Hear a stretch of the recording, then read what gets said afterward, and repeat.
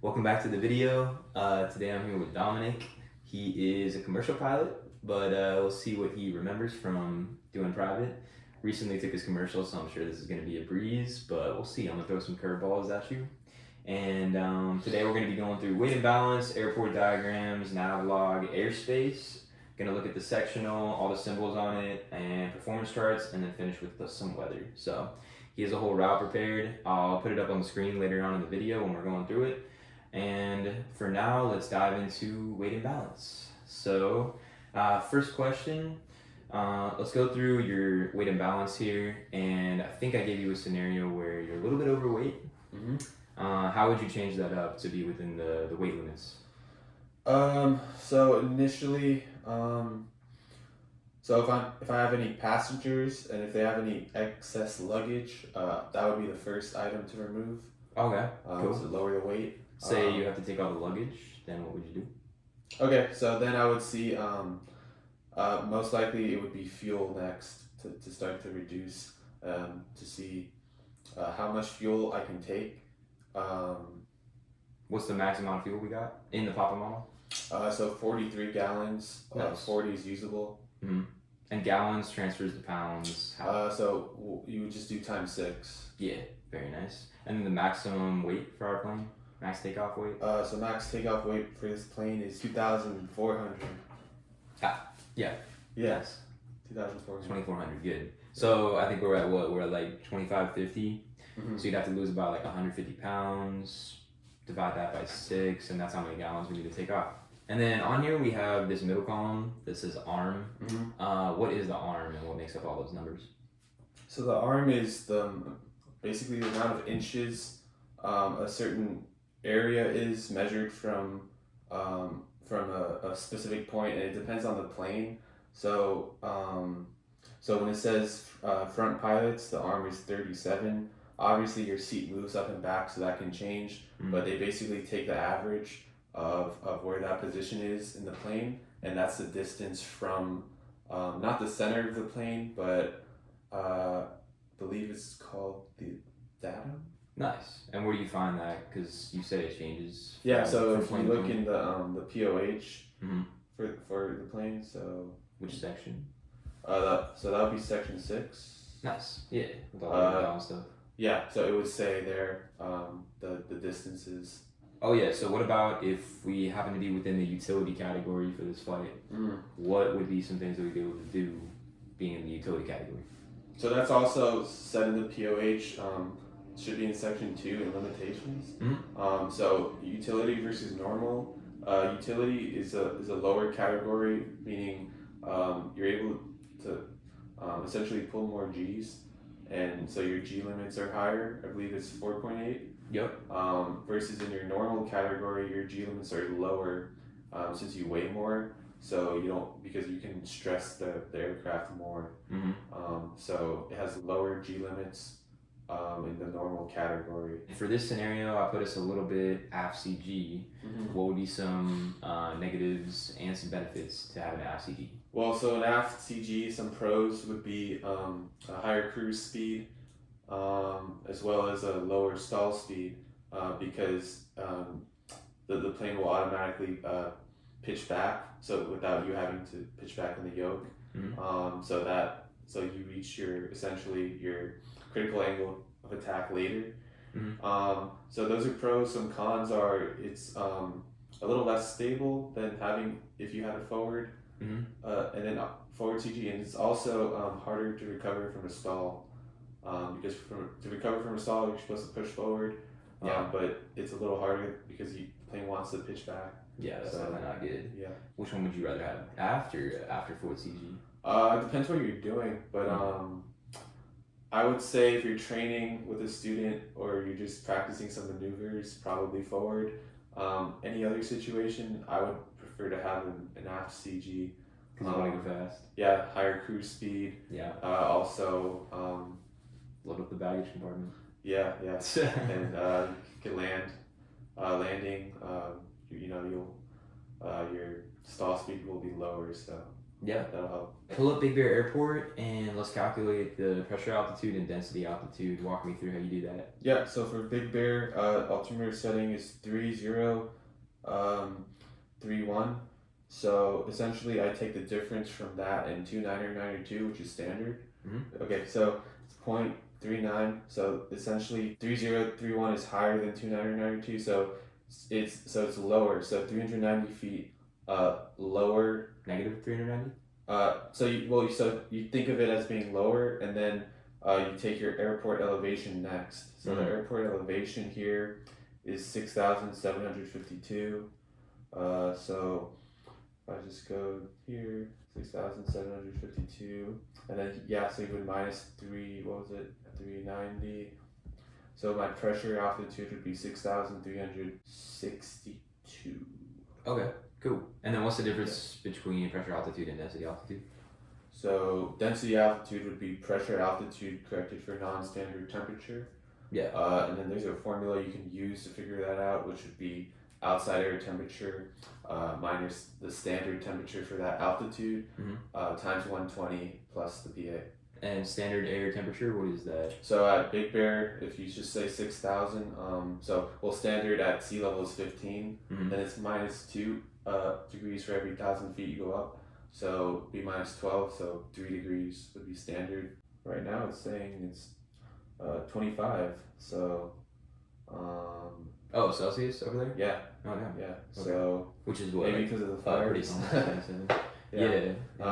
Who knows? But yeah, so it's 25. So you would do. It's pretty hot for Big Bear. If you use that formula, so we go back. So we said our PA 6,362, and then 25. Standard should be 3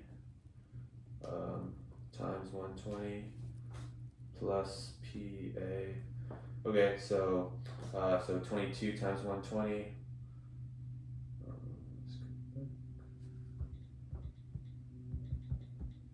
So 2,640. Plus the PA, plus which was 6,362. So density altitude over there right now is 9,002 feet. Was that the same one as Fort Flight? Let's see what Fort Flight says. Theirs is always a little bit different for some reason. Well, 9,044. Oh, yeah, basically right there. So they must. Maybe they account for the humidity too. Well, they probably do. Maybe, but also this formula isn't like 100%. Yeah, it makes sense. It's approximate, so sure. That's why there's a discrepancy. They probably have it 100%, right? Yeah. Interesting. Yeah, good job. And so what is that number going to tell us? 9,000. So that's essentially going to tell us give us an indication how the aircraft's going to perform when you take off from there or land there. Better or worse? So higher is always worse. Essentially, your ground speed's just going to be higher. So you're turning, the amount of room you need to turn is more. What if it's still a high number, like 5,000, but we're taking off from Big Bear, which is like 6,000? Better or worse performance? Still a high number. What's your question? Like our DA is like 5,000 on a day, but we're taking off from 6,000 at Big Bear. So that DA number is still really high, but is it going to be better or worse performance for taking off from Big Bear? Compared to 9,000? Compared to just where you're taking off from the elevation, 6,000. Well, if we were taking off from 6,000, but our density altitude is 5,000, then yeah, it would be better performance. Nice, yeah. What about, what factors are gonna increase the density altitude number? So essentially, any humidity, heat. Yeah, it's really just humidity, heat, having a higher airport elevation. There you go. Yeah, that's the big one for Big Bear. And it's hot today, so yeah, that makes sense. Hotter than normal at Big Bear, so I guess that's why it's all the way up at 9,000. What's our service ceiling? For Cessna? Should be 13,500. Yeah, nice. And does that decrease when you have a lot of weight in the plane, or is it the same number? If anything, if you were heavier, that would go down. It would be less. Yeah, nice. Let's pull up the route that we're going to do. So let's pull up the airport diagram over at Palomar. And then I'll probably just ask you about airspace and symbology along the route and whatnot. Oh, yeah. So yeah, for that airport diagram, which is this guy. What are these zones here? The HS2, HS1. What do those tell us? So those are indicating hot spots on the airport. What that means is it's an area where in the past there's been known to be incidents or accidents happening in that section of the airport between aircraft. Yeah, tons of traffic in that spot, so we gotta be extra careful. What about the entire length of the runway? Can you tell that from this page? Well, yeah. So the total length of this runway says is 4,897 feet, and then the width is 150 feet. Nice. So yeah, that's pretty important to know. Also the width, because the site's gonna look different when you're landing. So if it's a skinnier runway, if you're used to landing on let's say you're used to landing on this runway, and then you go to a runway that's only like 75 feet width. Then you might think that you're higher than you are because the runway looks skinnier when you're landing. Yeah. So it's like stuff like that to keep in mind. Oh, but then also this is the length of the runway, but that doesn't account for displaced thresholds. Nice. I was gonna ask you that next. Like, how would you see where the displaced threshold is at on the first end of the runway, so that you know how much distance you really have to land? Yeah. So you can see it here. That's the marking here. That's what that means. So to see exactly where threshold is or how much you have available, you should go to the chart supplement. So if I look here for Palomar, so here we have declared distances. So it doesn't really matter if the runway is 5,000 feet or 10,000 feet. All that matters is how much landing distance you have available, which that's the LDA, which is this. So if I'm landing on runway 24, I have 4,897 feet. If I'm landing on runway 6, because of the displaced threshold, I only have 4,600 feet. So you can't land on the displaced threshold, but if you were landing on the opposite way, you could use it as like a runoff, like if you're already on the ground. Nice. And for the threshold, you can't land on it. Can you take off on it before the threshold? You could take that off area. on it, yeah. What about those markings at the very beginning of the runway sometimes? I don't know if you've seen those. The yellow chevrons? Yeah, the arrows or the chevrons. Yeah, that's just a blast zone, so yeah, you're not supposed to take off or land on it. Taxi? You're not supposed to. No, you can't. Sometimes a lot of these headings for the runway are a little bit off. Like, it's not exactly 240. How do you tell if this is exactly 240 for this airport, or maybe it's like 243? Well, it actually says right here 247.6. Nice. So that's the exact magnetic, I guess. So why wouldn't they just round it up to 250? Well, so they haven't really changed it. So like they do change it every once in a while, every couple of years, as the magnetic pole shift. They do change the runway numbers, but right now they haven't. So they still have it as 24. But technically, if you're lined up on 24, your compass will say 247.6. And is that going to be magnetic or true? That number? That's magnetic. All right. Well, that's it for the airport diagram. Let's get back into the routing of things and start talking about kind of airspace and whatnot. So we're in what airspace here at Palomar? Class Delta airspace. Nice. Up to what? So it goes up to 2,800 MSL from the floor. And what if that number had a minus in front of it? Well, that's probably because there's airspace on top of it. So that would say that it goes up to that altitude, but then after that, it's the whatever other airspace is on top. So if it said minus 28, what altitude would the delta go up to? Just below 2,800.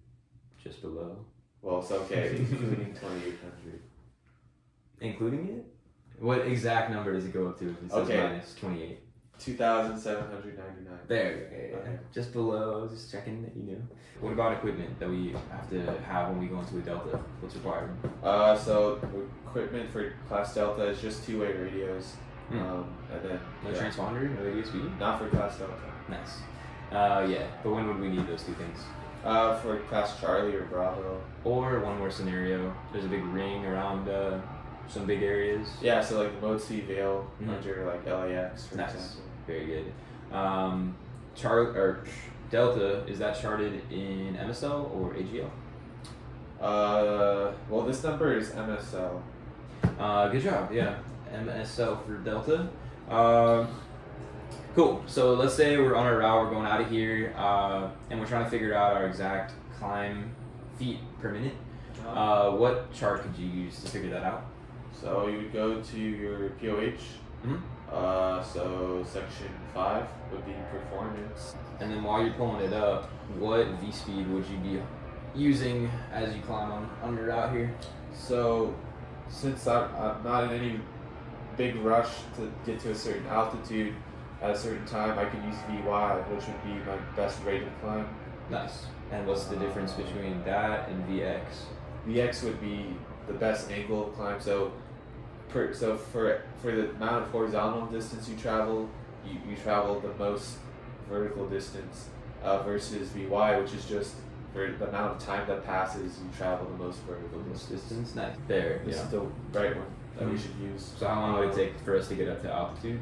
So if we're going 9,500, I would approximate between these two, the 10,000 and 9,000. And on that chart, there was what? Where was it? Indicated. So it gives you indicated up to your altitude and whatnot, which would be around where we were talking about, like what, 71, 72. So how would you turn indicated into true to know that what airspeed we're actually going to be climbing at? Here it is. Yeah, got it. So flaps up. Which one do we want? Alternate static source or normal static source? Normal. Yep. So flaps up. So we said 71 Mm-hmm. was our indicated. So calibrated would be almost the same. Yeah. So Usually it's not a big change. So 71. Like 1 knot difference. Yeah. Okay, so 71. Take that over to true. I'll just say 4,500. Yeah, that's cool. And then right now it's hotter. It's 21 above standard. Mm-hmm. So yeah, my true airspeed would be around 78 knots. So it's higher than everything else. Yeah, it would be higher. Interesting. Yeah, good. Oh. I mean, wind would also affect it. And that would change it to what type of speed? Well, when you account for the wind, Mm-hmm. so that would kind of tell you your ground speed. Yeah, nice. And if we want to calculate our entire time en route, what's the formula for that? What two things would you have to... Your distance and your speed. Yeah, so just distance divided by speed. That's pretty much it, yeah. Nice, good. So let me point out a couple symbols on your route here. What is this guy here? That's a GPS waypoint. Nice, yeah, you can add those to your route if you have a GPS. Mm-hmm. That's helpful. What about this V186? That's a Victor Airway. Yeah, very good. What about this guy? Tough one. That's just some obstacle, looks like. It looks like there's a couple of them. Yeah, it is an obstacle. Yeah. I think it's a radio tower. Yeah. Something like that. Yeah, so good job on that. What about R2530B? So that's this little like blue box with these lines. Mhm. It's a restricted area. Yeah, good. And how about this? First the flag and then the star. Well, this flag is for indicating a VFR waypoint. Mhm. But this looks like a runway, and then the star says that there's a rotating beacon. Yeah, good. On the tower there. Why is this runway magenta? Something Because blue. there's no controller. Basically no control tower. So back at Palomar, it's gonna be blue. Yes. You sure? Yeah. You positive? Yeah. Good job. Why do some of them have a circle around them, and some of them don't have a circle around them? Some airports, like this one, is just the block itself, the runway. Some of them have a circle around it. I mean, I could find one if you need. Well, that's just indicating that the runway's a certain length. I don't know the number off the top of my head, but once the runway is... There's gotta be one around here. Oh, well, on forward flight, when you click... Oh, when you click change like this... Wait, let me go back. Yeah, so like here, if you click, it's just going to be a circle.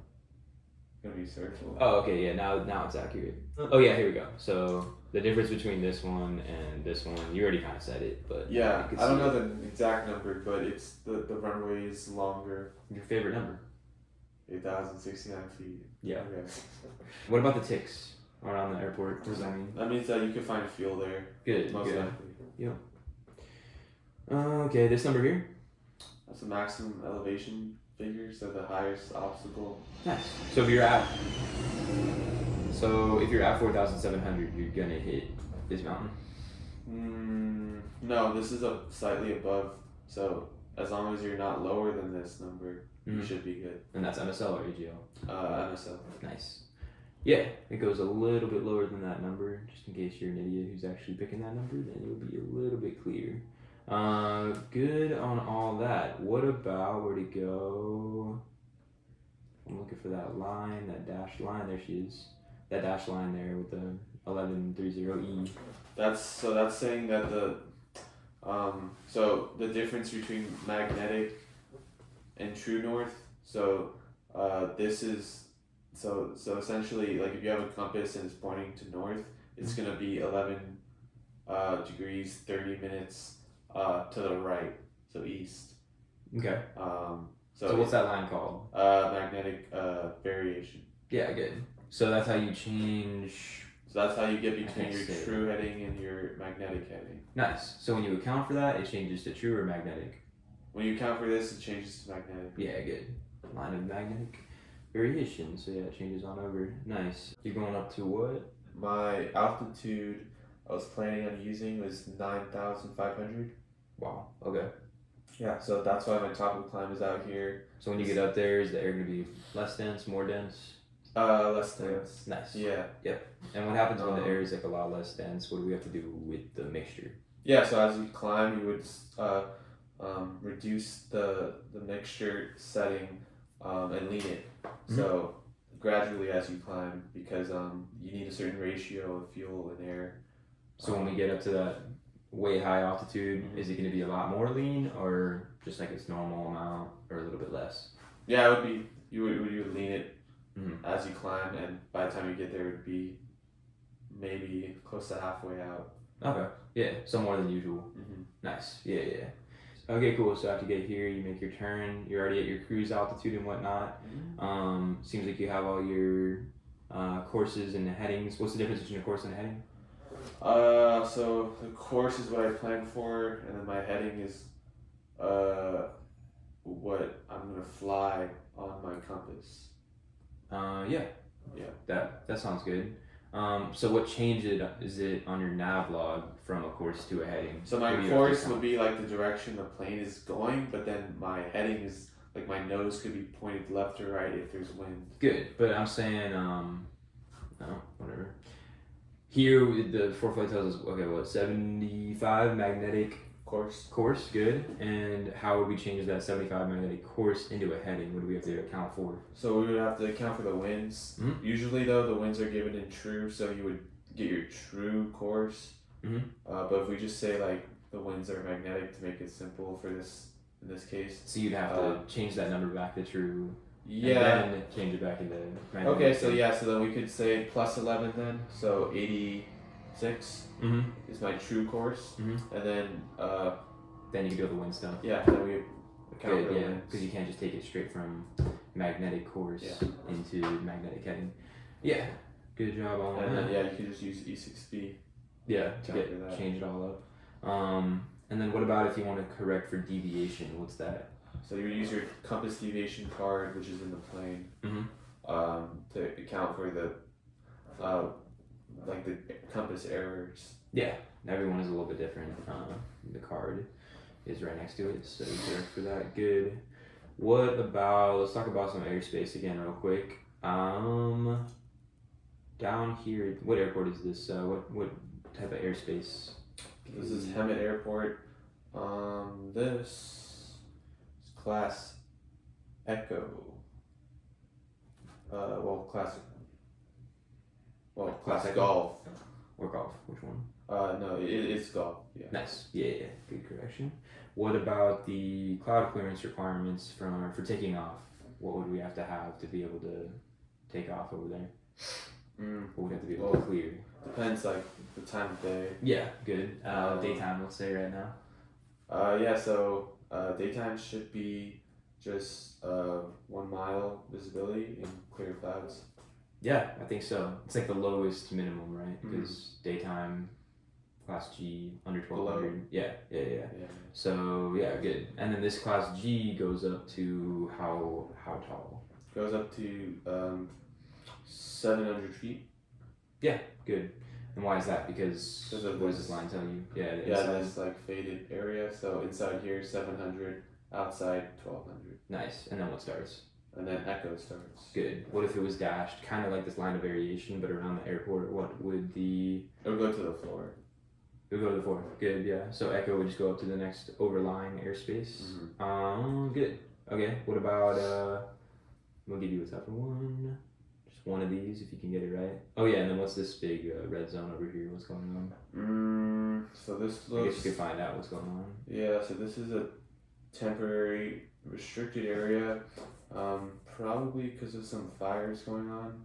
Yeah, mountainy area. Yeah, you could Probably look it up on tfr.faa.gov, but yeah, probably for that reason. Yeah, good. Okay, here's a tough one. Say you're right there, right on that dot.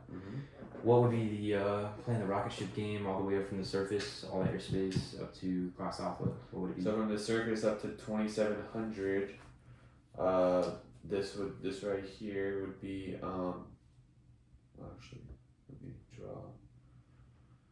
Hold on, here it is. So from here going up, so surface to 2700, no, surface to 2699 would be class Delta.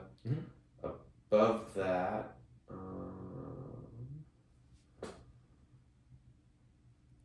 would just be class Echo up until... Class Echo? Why would they do the 2699 if Echo is right above? Oh, I didn't zoom out. Okay, I didn't see this. So yeah, so above that, starting at 2700 would be class Charlie up to 5000. And then so if you just keep climbing out of this airport, you definitely have to like call somebody, right? Or unless you're... Yeah, you're right. Oh yeah, you definitely would. Damn, that's kind of an annoying spot to be in. So it would be above 5000 would be, now you're going to class Echo up until 9000, then that would be class Bravo up until 10,000. Yeah. And then above that would go back to class Echo, all the way up to 17,999, and then 18,000 feet would be class Alpha airspace. Good. And then up to 60,000 feet, and then after that, it's just back to Echo again. And Up then, in space at that point? Yeah. Good, yeah. Almost perfect. Dismissed that Charlie there, but I gave you a freaking pretty... Well, you zoomed pretty in, tough so one. Yeah, that's yeah, you're like, well... I tricked you. Okay, and then what else did I want to look at? This guy, what is that? That's an NDB. Nice, yeah. We don't really use those anymore, so... Yeah, there should be a box. There it is. What about these pickaxes? A mine? Yeah, mine's not very important, Yeah. but they put them on there for some reason. They have to be of some importance. Okay, let's go back to your route. Oh yeah, so let's say on your... While you're cruising along, you see the low volt light come up in the plane. What does that mean? So that's an indication that maybe the alternator's not charging efficiently to charge the battery, which could mean that either there's an alternator failure or it's just not producing the amount of electricity it needs to. Yeah. Good. What if you saw your I guess altimeter freeze, VSI frozen, it's not really changing at all? What would that indicate, and how could you possibly maybe fix it? Well, so maybe if my VSI is frozen, like just on 0, it's just... yeah. So I would say probably my static port is blocked. So I could try an alternate static source if I have a lever, or I could break the glass on the VSI. Yeah, good. But then I believe it would be inverted. I'm actually not too sure, but I probably would never take it that far. That's an expensive instrument to fix. What if your vacuum system failed? What would you lose? I would lose the so that happened. I would lose my the attitude indicator. Mhm. Oh, and then my heading indicator, directional gyro. What about the turn? That's electrically powered. Nice. Yeah. All got gyros, but yeah. And why do they do that? Why do they split up? Some vacuum, some pitot-static, some battery. So that they could just make it all vacuum. Yeah, so that's not relying on one system. Yeah, nice. Yeah. Don't lose everything all at once if something bad happens. So here we got what? VOR. You know what type of VOR this one is? That's a Vortac. Vortac. Okay, good. And then how about this MOA? You already talked about it, so I guess I don't need to know much about that. But you know, if it was hot, could we fly into it? You can, but it wouldn't be a smart idea. Cool. Because what might happen? You could get shot down. Actually, shot down? Jeez, I don't know. If they're shooting missiles, yeah. And then based on what the winds are right now, if we pull them up here, which runway would you choose to land on? So it's 200 at 8. So if I want a headwind, let's see. Can't get much of a headwind here. 200. Okay, so.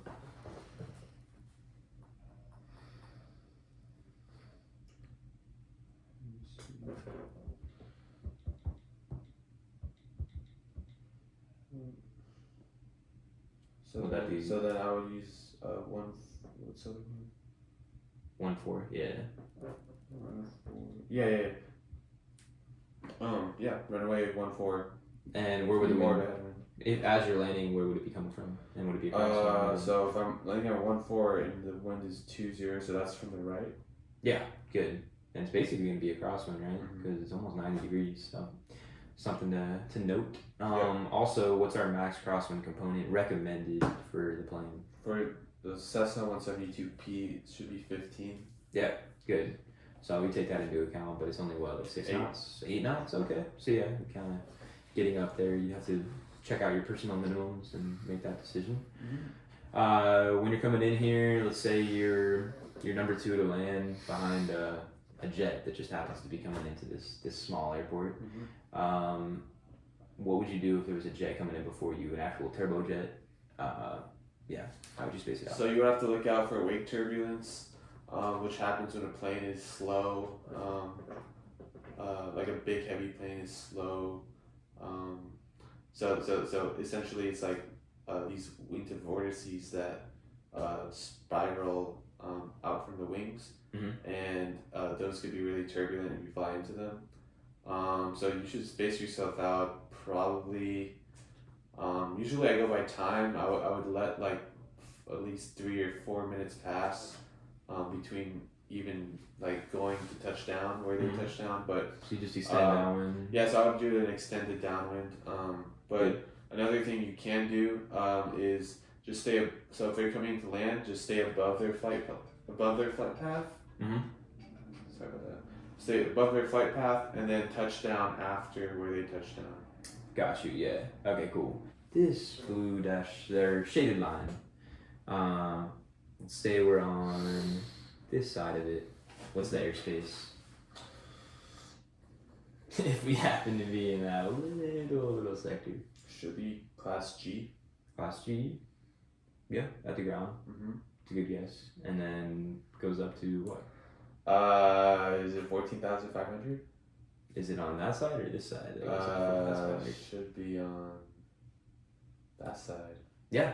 Nice. MSL, AGL? MSL. Nice. Damn. Got lucky. I remember that from like 4 years ago. Oh, for real? Yeah, I did not learn that until like recently.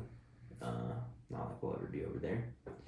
Okay, but I think that's everything I wanted to look at as for the sectional. Last thing we got to talk about is weather. I haven't even talked about that yet. So what's a way that you would have checked out the weather before our flight today? Some different ways that you could have. So to check for weather, you can always use the. Check for weather. You can always use the forward flight briefing, or you could like click on airport here. It'll tell you weather and the TAF. Here TAF here, all this, but this all gathers it from the aviationweather.gov. So you could just go to aviationweather.gov. Mhm. You also get charts there.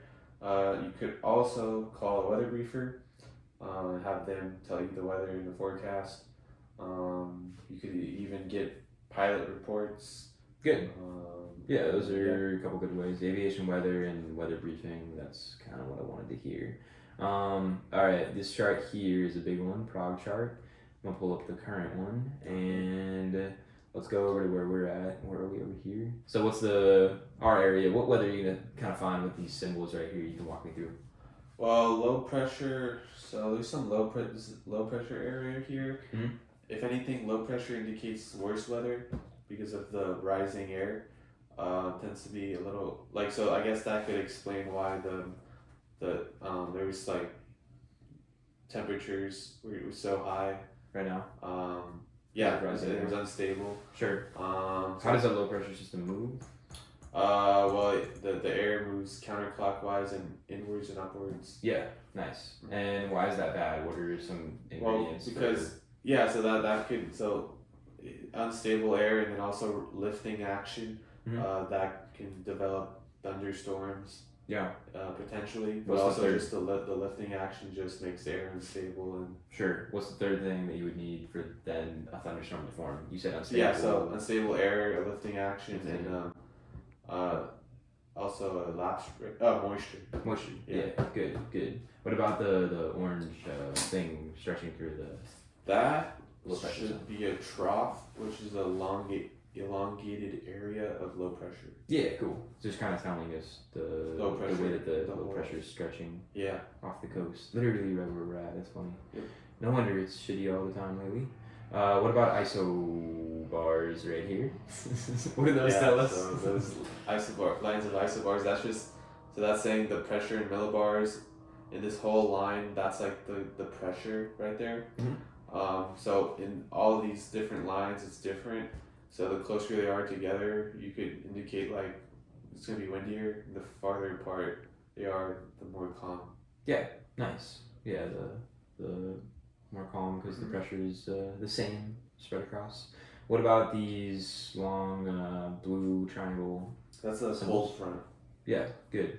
What's the difference between I guess that one and this one over here? That's a warm front, even though it's super tiny. I guess there's not. Well, that's a kind of a station. So this is a stationary front. Yeah, because it's combined. So it's a warm and a cold front meeting. So what would you see weather-wise between a cold and a warm? Well, That's cold different. would be worse weather because it's more of a when you look at how it moves, it's like a steeper, Fast-paced. yeah, quicker moving mass of cool air, so that creates a lot of lifting, which can be like violent storms and stuff like that. Warm front is more gradual and it's not very steep and it moves a little slower, so it's more like gradual, like rainy weather. Yeah. And yeah. Whereas cold front is just more aggressive, so you're gonna get worse weather. Yeah, good. I think that's all the symbols on here, so that's good. Let's go into the next chart real quick. What about what are the 3 different stages of a thunderstorm? So there's the developing phase when it's first forming, and there's a mature stage when the storm is active, and then there's a dissipating stage when the storm is like dying out. Yeah, good. And how about what ingredients will we need to pick up icing? Icing, well, temperature would have to be below freezing or at freezing, and then there would have to be moisture. Let's talk about air mets. What are the 3 different types? And yeah, there's so Tango, Zulu, and Sierra. So Tango is for turbulence, Sierra is for mountain obscurations, Zulu is for icing. Good. And so it's weather that affects all aircraft, including general aviation. So for mountain obscuration, that could indicate like it affects airliners too. Yeah. Okay. So that could indicate for the Airmet Sierra, like visibility less than 3 miles, so less than VFR. For like Tango, that could indicate that it could be gusting or there could be like turbulent wind, Yeah. What are the different levels for air mets versus, like, I'll give you the first one. Light would be one for air met. What's another level for air So met? light, moderate, severe. Severe would then be what though? That would be the worst. What? It wouldn't be an air med anymore. So then it could turn into a sigma at that point. Good. Severe. Which is severe weather other than thunderstorms that affects like all airplanes, even big airplanes. Good. All right. Wrap this up. I'm gonna pull up a METAR real quick. See if you remember how to read this stuff. All right. Maybe I could find a slightly more IFR one. Down in. Okay. There we go. Only gonna let you see so much. Whop. There you go. Can you run through that whole thing? Yeah, so this is a special, so it's like a special, so usually they update it every hour, but this means that they manually changed it, because the weather changed or for whatever reason. So it's for LAX, LAX, so the 30th day of the month. Yep. Is it 30? And then 2129 Zulu, that's a Zulu time, which is 7 hours ahead from us, so you would minus 7, which would be 1429 Zulu, so 229 Zulu. 229 our time is one day. And you said how do you convert it? So you minus 7, so it's 1429, and then in normal time that's just 229. 1429, 229. Yep. Yeah, sounds about right. So 229. So a couple minutes ago, they're saying that the wind is the direction is 280, 10 knots. Yep.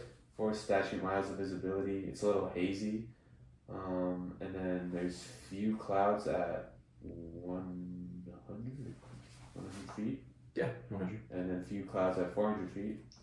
And then the temperature is 19 degrees Celsius. The dew point is 15 degrees Celsius. What if those are the exact same number? What would that mean? So that would mean that there's fog. Yeah. The point. Yeah. To where it would start getting very hazy or foggy. And then altimeter setting is 2984, so slightly below standard. And then the remarks, A02 is a type of automated weather service they use for the METARs, so that the A02 has precipitation indication and freezing rain indication, I think. And then this is just a more accurate temperature and dew point, so it's actually 19.4, but they just wrote 19. Yeah. And then the dollar sign just means there could be inaccuracies in this this forecast. Yeah, it needs to be fixed or something. Okay, last question. What's the difference between an ATIS and an AWAS? So here we have an ATIS. But... So AWAS is updated every hour. AWAS is updated every minute. Yeah. AWAS is usually always a robot. ATIS can be automated or a person. But AWAS actually is technically a little more accurate. Yeah. Robots are funny because you would think bigger airports would have that, but and the ATIS is like cut out on the time when they recorded it. Yeah. They messed it up. Yeah. And where would you see an AWAS compared to ATIS? AWAS. Yeah. Untowered airports. There you go. Yeah. That's just what I wanted to hear. Yeah. Good. I think that's everything. It's pretty good, man.